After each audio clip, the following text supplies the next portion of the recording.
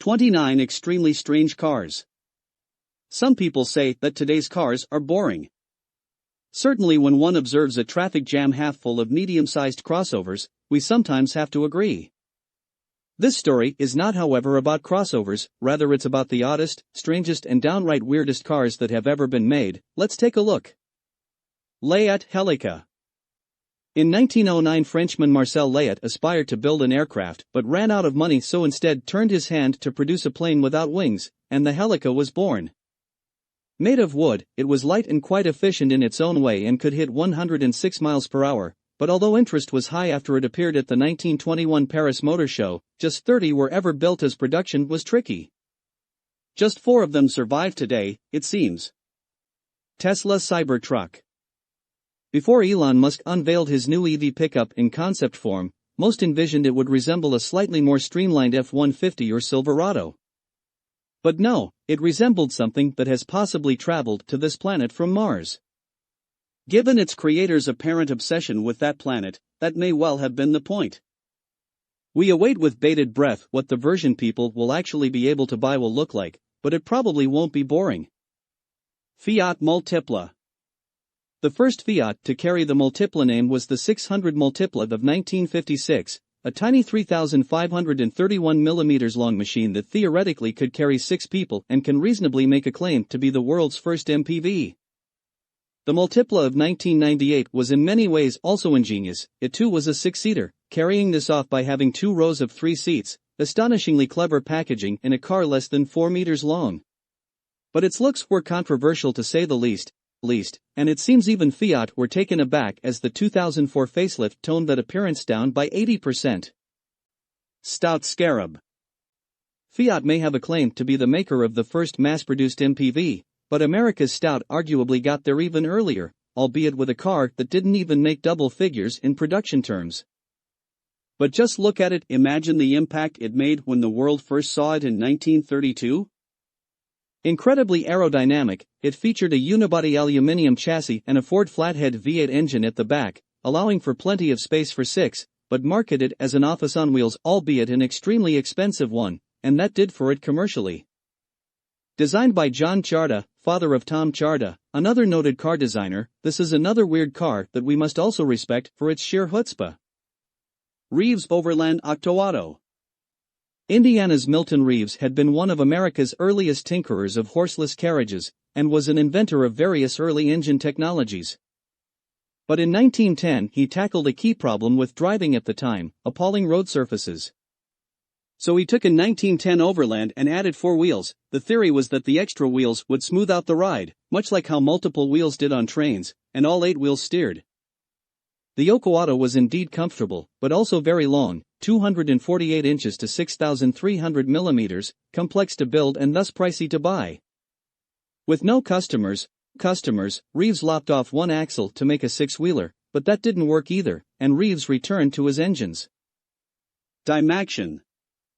We've got a lot of odd cars here, but surely none matched the vision of this Dymaxion. For in the early 1930s, American inventor Buckminster Fuller conceived a new people-carrying vehicle that could not also drive but also, in time, fly as well. It featured a rear-mounted Ford flathead V8, but with front-wheel drive and 3 wheels in total, the single rear of which was steerable.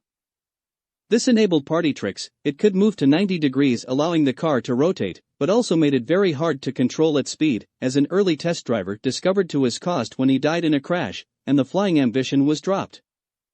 It was all a bit too strange at a time when most people were focused on finding enough to eat in the Great Depression and interest dwindled. Just 1 of the 3 produced survives and can be seen today at the National Auto Museum in Reno, Nevada. Famed architect Norman Foster produced a replica in 2010, pictured. He worked with Fuller, a hero of his, from 1971 to 1983. Zippo car. The heyday of promotional vehicles in 1940s America coincided with a time when smoking was highly fashionable. To make the most of this, lighter manufacturer Zippo commissioned its own vehicle based on a 1947 Chrysler New Yorker.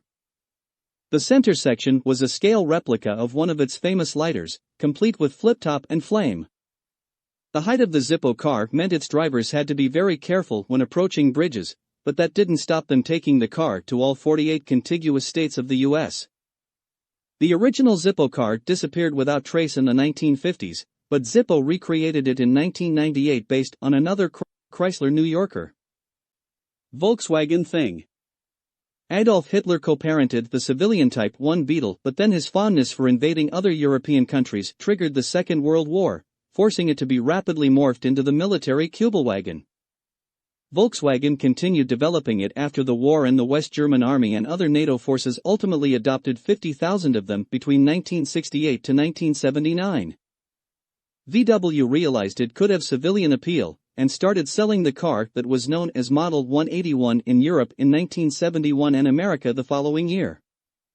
It didn't last long in the US as safety regulations arrived to throttle its birth.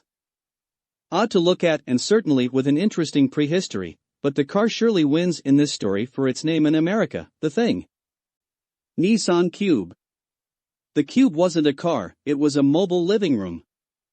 Or at least that was Nissan's idea apparently, with a tightly defined brief to appeal to young couples in their 20s or early 30s. Its small stature and practicality for multiple generations proved popular in Japan, but exports were less successful as it was usually sold at prices that proved optimistic. Chrysler Turbine Car.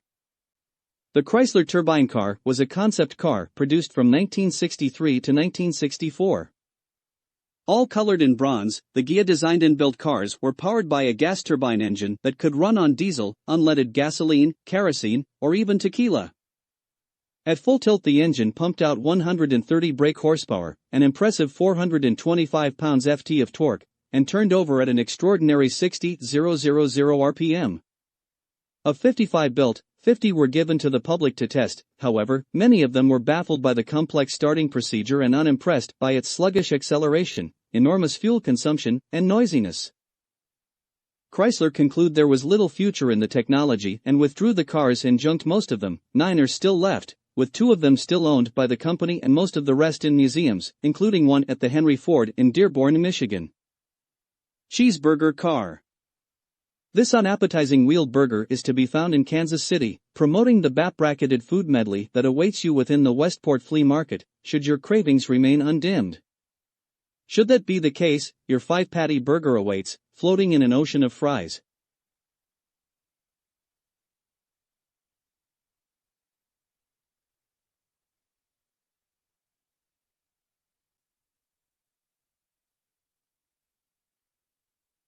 LCC Rocket. Chris Kraft and Gordon Murray were chums from motorsport and fancied something that harked back to an earlier era of racing. The Rocket was the result, and it went on to sell 55 units in total, including the cars built for the company's founders. The size of the Rocket dictated a tandem layout, and it previewed the central driving position that Murray would use in the McLaren F1. The Rocket had a Yamaha motorcycle engine delivering 143 brake horsepower via 10 forward gears. Carver designer Chris Van Den Brink wanted to marry the comfort and weather-tight abilities of a car to a motorcycle's maneuverability. Thus it allowed the main body section to pivot from side to side like a bike while the rear portion with 2 wheels remained upright. This brief dictated a tandem 2-seat layout to ensure the Carver remained narrow enough to achieve the 45-degree lean angles it needed for cornering. Power came from a 65 brake horsepower, 660 cubic centimeters 4-cylinder engine which could take it to 120 miles per hour. Buttigieg car. The French have always had a penchant for unusual vehicle styling, but even by their standards, the Buttigieg car stands out.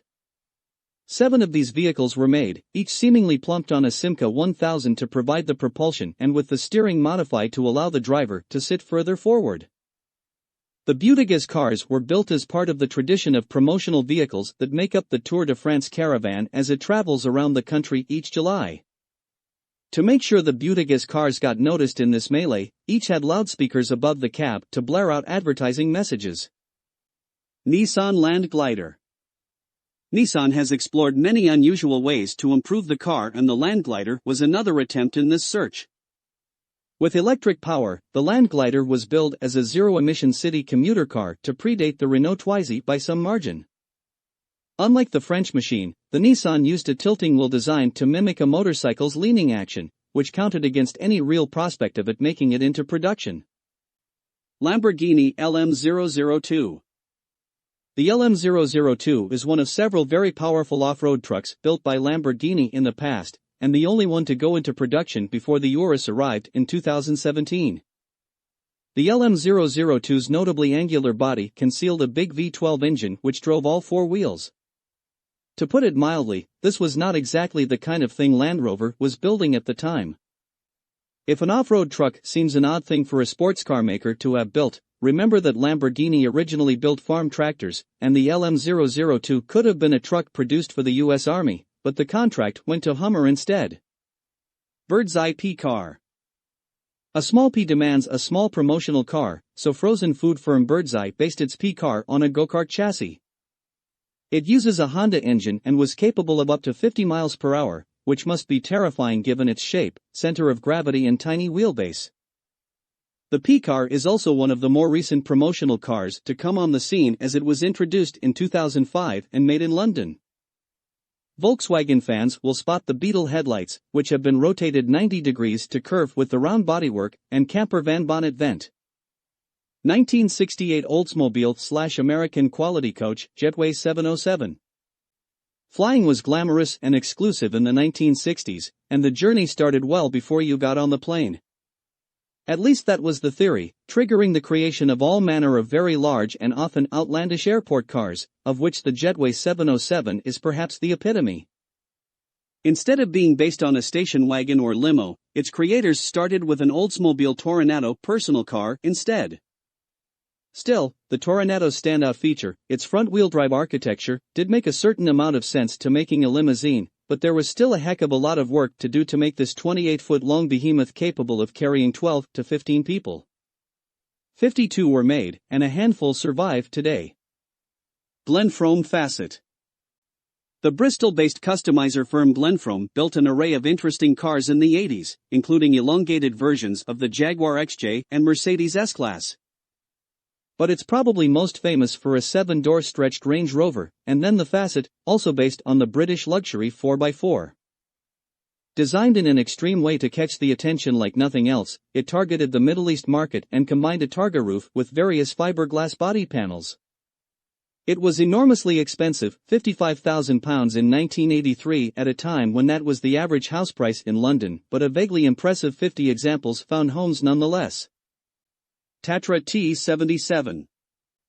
Strange in appearance it may be to today's eyes, Czechoslovakia's Tatra T77 must have looked unworldly when it first emerged in 1934, standing out as one of the very first cars designed with aerodynamics in mind. It featured a rear-mounted 3.0-liter V8 good for 60 brake horsepower, though this was later boosted to 75 brake horsepower. Heavily influenced by aircraft technology, planes being the big new thing at the time, it would in turn be a major influence on the Volkswagen Type 1 Beetle. However, while the German car would go on to sell 21.5 million examples, the expensive T77 cracked just 106 sales from 1934 to 1936, and just a handful survive today, one sold at a U.S. auction in March 2023 for $390,000. Fastest shed. Most promotional vehicles are trying to sell something, but Kevin Nick's shed was created to raise money for the Catherine House Hospice, in Oxfordshire. To prove his grand hutch on wheels was the best, Kevin took it to Pendine Sands, where it hit a top speed of 101 miles per hour. Underneath the custom shiplap bodywork built by Kevin at home lies a Volkswagen Passat 4Motion. The original 2.8-liter V6 engine has given way to a newer twin-turbo V6 with 265 brake horsepower from an Audi that, Kevin hopes, will help further raise his existing record for the world's fastest shed. Off Electrique. When the Germans conquered France in 1940, they promptly stole most of the country's cars, and deprived those they didn't of petrol. Multidisciplined industrial designer Paul Arzens came up with this response, a minimalist egg-shaped car made of aluminium and plexiglass, powered by electricity, delivered via 5 12-volt batteries. Its 350 kilograms weight helped to give it a vaguely impressive range of 60 miles or so, and a top speed of 43 miles per hour. It didn't catch on, and just the single examples made, used by Arzens until his death in 1990. PLP 50. Made by the Peel Engineering Company on the Isle of Man, the three-wheeled P50 came in red, white or blue. Originally built between 1962 and 1965, around 50 were made. It featured a 49 cubic centimeters DKW single-cylinder engine good for 4.2 horsepower and a top speed of 37 miles per hour. No reverse gear was available. In 2011 it was revived. A petrol version now has a 49 cubic centimeters Honda Moped engine offering a heady 4.8 brake horsepower via a CVT, but a lower top speed of 28 miles per hour. The electric version is slightly less powerful and offers a 20-mile range, which in a normal EV would be tiresome but not, we expect, in a car like this. Priced around £15,000, they've been exported all over the world and buyers reputedly include the famous Rainbow Chic car collector based in Abu Dhabi. Cadbury's Cream Egg Car. Rather more durable and decidedly less munchable than the chocolate product it advertises, the Cream Egg Car was commissioned by chocolate maker Cadbury Schweppes in the late 1980s. It's based on a Bedford Rascal van and 5 were built, their ovoid forms resembling a less healthy version of the Outspan Mini. Corgi Toys makes a model of the car that, slightly disappointingly, proves inedible.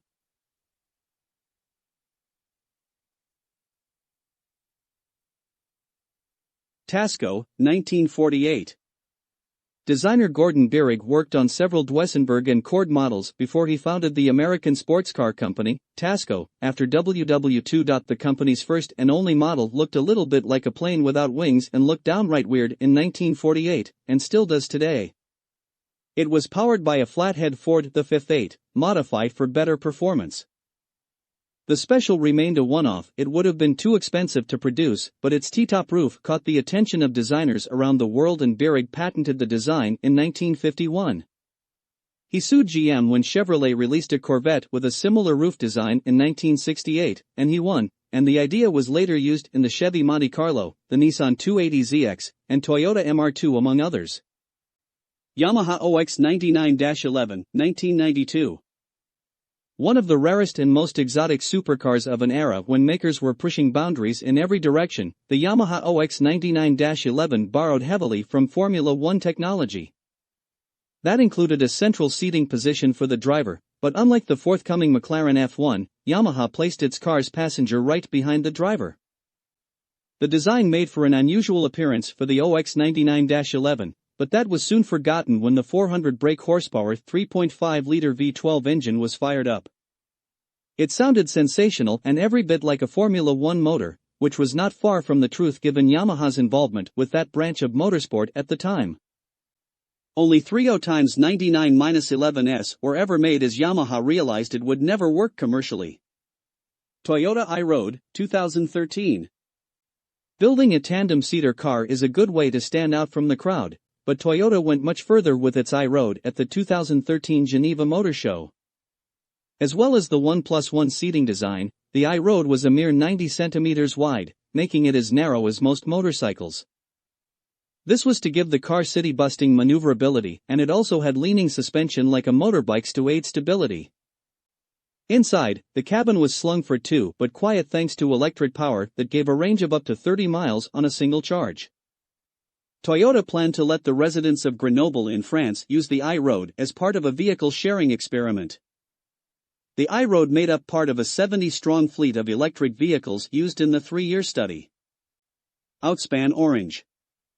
Designed and built by the Brian Thwaites Company of Sussex between 1972 and 1974, these cars were used by South African orange producer Outspan to promote its fruit around Europe. The company is still in business today, and at least 3 of the oranges are known to survive, one still without span. Underneath is a Mini, whose mechanical layout lent itself well to reconfiguring bodywork. Amphicar. The Amphicar is unique in this feature in that it had presidential approval. 3878 were built in Germany by this semi-sibling firm of BMW between 1961 and 1968. Powered by a rear-mounted 1.1-liter Triumph Herald engine good for 43 brake horsepower, it could do 70 miles per hour on land and 8 miles per hour on water. Lyndon Johnson owned one and would terrify passengers by pretending the brakes had failed before driving into a lake at his ranch in Texas.